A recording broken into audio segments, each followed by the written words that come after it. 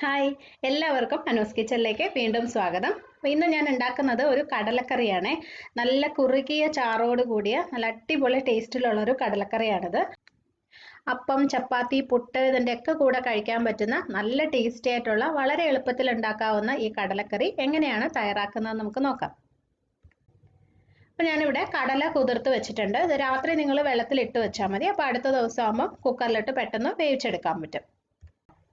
അപ്പോൾ ഞാൻ ഈ ഒരു ഗ്ലാസ്സിൽ ഒരു ഗ്ലാസ് കടലയാണ് എടുത്തത്. ഇതിപ്പോൾ ഏകദേശം ഒരു 240 ml ഒരു കപ്പിൻ്റെ അളവ് വരും ഇതിനും. അപ്പോൾ അതിൽ ഒരു കപ്പ് കടല തലേ ദിവസം രാത്രി തന്നെ കുതിർത്ത് വെച്ചത്. ഇത് നമുക്ക് വേവിച്ചെടുക്കാം. അപ്പോൾ ഒരു കുക്കറിലോട്ട് ഇട്ടു.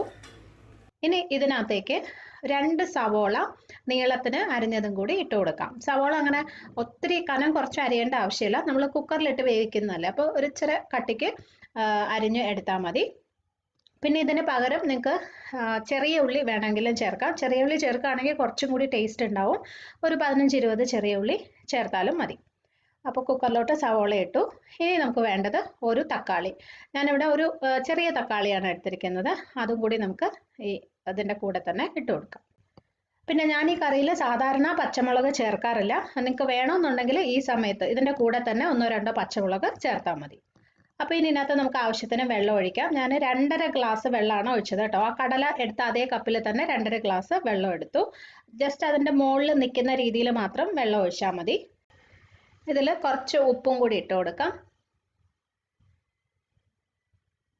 ഇത് നമുക്കിനി കുക്കർ അടച്ച് വേവിക്കാം. ഹൈ ഫ്ലെയിമിൽ തീ കൂട്ടിയിട്ട് 2 വിസിലും, അത് കഴിഞ്ഞ് തീ കുറച്ച് ഒരു മീഡിയം ഫ്ലെയിമിൽ 2 വിസിലും കൂടി വേവിക്കാം.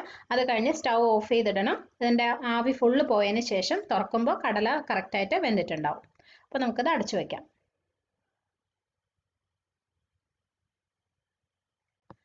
ഈ കടല വെന്ത് റെഡിയായി കഴിയുമ്പോൾ ഒരു മസാല ഉണ്ടാക്കണം. അതിനായിട്ടൊരു മിക്സി ജാറിലോട്ട് ഞാനൊരു 10-15 ചെറിയ അല്ലി വെളുത്തുള്ളി ഇട്ട് കൊടുത്തിട്ടുണ്ട്. വലുതാണെങ്കിൽ കുറച്ചെടുത്താൽ മതി കേട്ടോ വെളുത്തുള്ളി. ഇതുപോലെ ഒരു കഷ്ണം ഇഞ്ചിയും കൂടി ചേർക്കാം. ഇതൊന്ന് ചെറിയ കഷ്ണങ്ങളായിട്ട് മുറിച്ച് ഇട്ട് കൊടുക്കാം, നന്നായിട്ട് അരയാൻ വേണ്ടിയിട്ടാണ്. ഇനി ഇതിൽ പൊടികൾ ചേർക്കണം. 2 ടേബിൾ സ്പൂൺ, അതായത് 2 വലിയ സ്പൂൺ മുളക് പൊടി, 4 ടേബിൾ സ്പൂൺ മല്ലിപ്പൊടി. എത്ര മുളക് പൊടി ചേർക്കുന്നോ അതിൻ്റെ ഇരട്ടി മല്ലിപ്പൊടി വേണം. ഇനി ഈ പൊടികളുടെയൊക്കെ അളവ് നിങ്ങളുടെ ഇഷ്ടം പോലെ അഡ്ജസ്റ്റ് ചെയ്യാം കേട്ടോ. ഞാനിപ്പോൾ കാശ്മീരി മുളക് പൊടിയാണ് ചേർത്തത്, അപ്പോൾ അതിന് അധികം എരിവ് കാണത്തില്ല. അപ്പോൾ നിങ്ങളുടെ കയ്യിലുള്ള മുളക് പൊടിയുടെ എരിവൊക്കെ നോക്കിയിട്ട് ഈ പൊടികളുടെ അളവ് നിങ്ങൾ അഡ്ജസ്റ്റ് ചെയ്ത് ചേർക്കണം. അപ്പോൾ ഞാൻ 2 ടേബിൾ സ്പൂൺ മുളക് പൊടിയും 4 ടേബിൾ സ്പൂൺ മല്ലിപ്പൊടിയും ചേർത്തു. ഇനി ഒരു 1/4 ടീസ്പൂണോളം മഞ്ഞൾപ്പൊടിയും 2 അല്ലെങ്കിൽ 2.5 ടീസ്പൂൺ ഗരം മസാല പൊടിയും കൂടി ചേർക്കാം. ഇനി ഇതിൽ നമ്മൾ ചേർക്കുന്നത് കുറച്ച് മല്ലിയിലയാണ്. മല്ലിയില ഉറപ്പായിട്ടും ചേർക്കണം കേട്ടോ. അതിന് മെയിൻ ആയിട്ടുള്ളൊരു ഇൻഗ്രീഡിയൻ്റ് ആണ്. മസാലയുടെ നല്ലൊരു ടേസ്റ്റ് കൊടുക്കുന്നത് ഈ മല്ലിയിലയാണ്. അപ്പോൾ അതുകൊണ്ട് ഒരിക്കലും മല്ലിയില ഒഴിവാക്കരുത്. അപ്പോൾ ഞാനൊരു ചെറിയ പിടി മല്ലിയിലയാണ് എടുത്തിട്ടുള്ളത്. അതിൻ്റെ അളവ് നിങ്ങൾക്ക് കൂടുതൽ വേണമെങ്കിൽ ചേർക്കാം. അത് മല്ലിയുടെ ടേസ്റ്റ് എത്ര ഇഷ്ടമാണോ അതിനനുസരിച്ച് കൂടുതൽ ചേർത്ത് കൊടുക്കാം. അതും കൂടെ ഇതിൻ്റെ കൂടെ ഇട്ട് കൊടുക്കാം. ഇനി ഇതിനകത്ത് കുറച്ച് വെള്ളം ഒഴിച്ചിട്ട് നല്ല പേസ്റ്റാക്കി അരച്ചെടുക്കുക. ഒട്ടും തരിയില്ലാത്ത നല്ല സ്മൂത്ത് ആയിട്ടുള്ളൊരു പേസ്റ്റാക്കി അരയ്ക്കണം. അപ്പോൾ അതേ പേസ്റ്റ് റെഡിയായി. ഇതുപോലെ നല്ല തിക്കായിരിക്കണം കേട്ടോ, കട്ടിയായിട്ട് അരയ്ക്കണം, ലൂസായി പോവാതെ നോക്കാം. അപ്പോൾ ഇനി കറി ഉണ്ടാക്കാൻ തുടങ്ങാം. ഒരു പാനിൽ കുറച്ച് വെളിച്ചെണ്ണ ഒഴിച്ചു കൊടുക്കാം. എണ്ണ ഒന്ന് ചൂടായി വരുമ്പോൾ നമുക്ക് ഇതിനകത്തേക്ക് ഇപ്പോൾ അരച്ച് വെച്ച മസാല പേസ്റ്റ് ചേർക്കാം. എണ്ണയുടെ ചൂട് ശ്രദ്ധിക്കണം കേട്ടോ. നമ്മൾ പേസ്റ്റ് ഈ മസാല നേരെ എണ്ണയിലോട്ടാണ് ചേർക്കുന്നത്. അപ്പോൾ ചൂട് കൂടിക്കഴിഞ്ഞാൽ അത് പെട്ടെന്ന് കരിഞ്ഞു പോവും. അപ്പോൾ ഒരു മീഡിയം ചൂടിൽ എണ്ണ വയ്ക്കുക. എന്നിട്ട് ഇത് നന്നായിട്ട് വഴറ്റിയെടുക്കാം. 2-3 മിനിറ്റ് ഈ എണ്ണയിലിട്ട് ഈ മസാല നല്ലോണം വഴറ്റിയെടുക്കണം. അതിൻ്റെ ആ ഒരു പച്ചപ്പ് നന്നായിട്ട് മാറണം. നല്ല മസാല മൂത്ത നല്ലൊരു മണം വരും. അതുവരെ ഇത് വഴറ്റിയെടുക്കാം. ഈ കറി ഉണ്ടാക്കുമ്പോൾ മെയിനായിട്ടും ശ്രദ്ധിക്കാനുള്ളൊരു കാര്യമാണ് ഈ മസാലയുടെ ആ ഒരു പച്ച ചുവ നന്നായിട്ട് മാറ്റിയെടുക്കുക എന്നുള്ളത്. ഓക്കെ, അപ്പം ഞാൻ ഇത് 2-3 മിനിറ്റ് നല്ലതായിട്ട് വഴറ്റിയെടുത്തു. ഇപ്പോൾ കണ്ടോ, കാണുമ്പോൾ തന്നെ നിങ്ങൾക്ക് അറിയാമല്ലോ, അതിനകത്ത് നല്ലോണം എണ്ണയൊക്കെ പിടിച്ചിട്ടുണ്ട്. അതുപോലെ എൻ്റെ കളറും ഒക്കെ മാറി ചെറിയൊരു ബ്രൗൺ കളർ ആയിട്ടുണ്ട്. നല്ല മൂത്ത ഒരു മണവും വരുന്നുണ്ട്. ഇത്രയും മതി. ഇനി നമ്മൾ നേരത്തെ വേവിച്ച് വെച്ച കടല കുറച്ച് വെള്ളം ബാക്കിയുണ്ടാവും, അതും കൂടി ഇതിനകത്തോട്ട് ഒഴിക്കുക. നിങ്ങളിത് കടല വേവിച്ചെടുക്കുന്ന സമയത്ത് അതിനകത്ത് വെള്ളം കുറവാണെന്ന് തോന്നുവാണെങ്കിൽ ഈ സമയത്ത് ഗ്രേവിക്ക് ആവശ്യത്തിനുള്ള വെള്ളവും കൂടി ഒഴിച്ചു കൊടുക്കണം കേട്ടോ. അപ്പം ഞാൻ എടുത്തപ്പോൾ കടലയിൽ ആവശ്യത്തിന് വെള്ളം ഉണ്ടായിരുന്നു, അപ്പോൾ അതുകൊണ്ടാണ് കൂടുതൽ ചേർത്ത് കൊടുക്കാത്തത്. അപ്പോൾ ഇനി ഇതിനകത്ത് ആവശ്യത്തിനുള്ള ഉപ്പ് വേണമെങ്കിൽ ചേർത്ത് കൊടുക്കാം. കടല വേവിച്ചപ്പോൾ ഉപ്പ് ഇട്ടിട്ടുണ്ട്, അത് നോക്കിയിട്ട് ചേർക്കാം. പിന്നെ ഇതിൽ ഞാൻ കറിവേപ്പില ചേർക്കാറില്ല, മല്ലിയില ചേർത്തിരിക്കുന്നതുകൊണ്ടാണ് കറിവേപ്പില ഇടാത്തത്. പക്ഷെ നിങ്ങൾക്ക് വേണമെങ്കിൽ ഒരല്പം ഇട്ട് കൊടുക്കാം.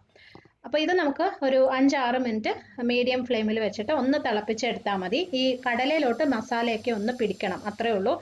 ഗ്രേവി ആവശ്യത്തിന് ഇപ്പം തന്നെ കുറുകിയിട്ടുണ്ട്, അപ്പോൾ അതുകൊണ്ട് കൂടുതൽ സമയം നമ്മൾ തിളപ്പിക്കേണ്ട ആവശ്യമില്ല. അപ്പോൾ കറി നമ്മൾ കുറച്ച് നേരം ഒന്ന് തിളപ്പിച്ചിട്ടുണ്ടായിരുന്നു. ഇത് കണ്ടോ, കുറച്ചും കൂടെ ഒന്ന് കുറുകി വന്നിട്ടുണ്ട്. അതുപോലെ കടല ഒരെണ്ണെടുത്ത് കഴിച്ചു നോക്കുമ്പോൾ നിങ്ങൾക്ക് അറിയാൻ പറ്റും, ആ മസാലയൊക്കെ അതിനകത്തോട്ട് പിടിച്ചിട്ടുണ്ടാവും. പിന്നെ ഗ്രേവി എത്ര വേണമെന്നുള്ളത് നിങ്ങൾക്ക് അഡ്ജസ്റ്റ് ചെയ്യാം കേട്ടോ. കുറച്ചും കൂടി വറ്റണമെന്നുണ്ടെങ്കിൽ കുറച്ച് സമയം കൂടി ഒന്ന് തിളപ്പിച്ചെടുത്താൽ മതി. അല്ല ഗ്രേവി കൂടുതൽ വേണം, പുട്ടിനൊക്കെ ആണെങ്കിൽ ഗ്രേവി കൂടുതൽ വേണമെങ്കിൽ അതിനനുസരിച്ച് കുറച്ചും കൂടി വെള്ളം ഒഴിച്ചു കൊടുത്താൽ മതി. ഇത് പൊതുവേ നല്ല കുറുകിയിരിക്കുന്ന ചാറാണ്. അതുപോലെ തണുത്ത് കഴിയുമ്പോൾ ഒരല്പം കൂടെ ഒന്ന് കുറുകുകയും ചെയ്യും. അപ്പോൾ അത് കണക്കാക്കിയിട്ട് വേണം വെക്കാൻ. നമ്മൾ സാധാരണ കടലയൊക്കെ അരച്ച് ചേർത്തല്ലേ ഗ്രേവിക്കും ടേസ്റ്റും അതുപോലെ അത് കുറുകിയൊക്കെ വരുന്നത്. പക്ഷേ ഇതിന് അതിൻ്റെ ഒന്നും ആവശ്യമില്ല. ഗ്രേവി വെറുതെ അല്ലാതെ തന്നെ നല്ല ടേസ്റ്റാണ്, നല്ല കുറുകിയിട്ട് വേണം. അപ്പോൾ ഇത് ഏകദേശം റെഡിയായി. ഇനി നമുക്ക് ഇതിനകത്ത് ജസ്റ്റ് ഒന്ന് താളിച്ചും കൂടി ചേർക്കണം. അതിനായിട്ട് ഒരു പാനിൽ കുറച്ച് എണ്ണ ഒഴിച്ചു കൊടുക്കുക. ഇതിനകത്ത് ഒരു ചെറിയ പിടി തേങ്ങാക്കൊത്ത് ചേർത്ത് ഒന്ന് ഫ്രൈ ചെയ്തെടുക്കാം. ഇനി നിങ്ങൾക്ക് തേങ്ങാക്കൊത്ത് ചേർക്കണ്ടെന്നുണ്ടെങ്കിൽ വെറുതെ കടുക് താളിച്ച് വേണമെങ്കിലും ചേർക്കാം കേട്ടോ. അപ്പോൾ ഞാൻ കടുക് താളിക്കുന്നതിന് പകരം ഇങ്ങനെ ചെയ്യുന്നേ ഉള്ളൂ. അപ്പോൾ ഇതിനകത്ത് ഞാൻ 2-3 വറ്റൽമുളകും കൂടി ഇടുന്നുണ്ട്. ഈ കറിയുടെ ആ ഗ്രേവിക്ക് ഒരു ഇറച്ചിക്കറിയുടെ ടേസ്റ്റാണ് കേട്ടോ. നമ്മൾ ചിക്കൻ കറി, ബീഫ് കറി ഒക്കെ വെക്കുമ്പോൾ ആ ഒരു ടേസ്റ്റാണ്. അപ്പോൾ അതിന് കുറച്ചും കൂടി നല്ലൊരു ഫ്ലേവർ കൊടുക്കാനായിട്ടാണ് ഈ തേങ്ങാക്കൊത്തും കൂടി ചേർക്കുന്നത്. അപ്പോൾ തേങ്ങ ഒന്ന് മൂത്ത് വന്നിട്ടുണ്ട്. ഇതിനകത്തോട്ട് നമ്മൾ എടുത്തു വെച്ചൊരു 2-3 വറ്റൽമുളകും കൂടി ഇട്ട് കൊടുക്കാം. ഒന്ന് ഫ്രൈ ചെയ്തെടുക്കാം. അപ്പോൾ താളിക്കാനുള്ളത് റെഡി ആയിട്ടുണ്ട്. ഇത് നമ്മൾ നേരത്തെ റെഡിയാക്കി വെച്ച കടലക്കറിയിലോട്ട് ഒഴിച്ചു കൊടുക്കാം. അപ്പോൾ നല്ല അടിപൊളി കടലക്കറി റെഡി ആയിട്ടുണ്ട്. ഞാനിതൊരു 5 മിനിറ്റ് വെച്ച് കഴിഞ്ഞിട്ടാണ് ഇളക്കി കൊടുത്തത്. അപ്പം തന്നെ കണ്ടോ, കുറച്ചും കൂടി ഗ്രേവി ഒന്ന് കുറുകിയിട്ടുണ്ട്. അതാണ് ഞാൻ നേരത്തെ പറഞ്ഞത്, ഒന്ന് തണുത്ത് കഴിയുമ്പോൾ ഒരല്പം കൂടി ഗ്രേവി കുറുകും. അപ്പോൾ ഈ കടലക്കറി നിങ്ങൾ എന്തായാലും ഒന്ന് ട്രൈ ചെയ്ത് നോക്കണേ, ഉറപ്പായിട്ടും ഇഷ്ടമാവും. അത്രയ്ക്ക് ടേസ്റ്റിയാണ്. അപ്പോൾ ഉണ്ടാക്കി നോക്കിയിട്ട് അഭിപ്രായം അറിയിക്കണം. ഇഷ്ടമാണെങ്കിൽ വീഡിയോ ഒന്ന് ഷെയർ ചെയ്തേക്കാൻ മറക്കരുത്. അതുപോലെ ചാനൽ നിങ്ങൾ ഇതുവരെ സബ്സ്ക്രൈബ് ചെയ്തിട്ടില്ലെങ്കിൽ ചെയ്യാനും മറക്കല്ലേ. അപ്പോൾ നമുക്ക് അടുത്തൊരു നല്ല വീഡിയോ ആയിട്ട് ഉടനെ തന്നെ വീണ്ടും കാണാം. Bye friends, thank you for watching.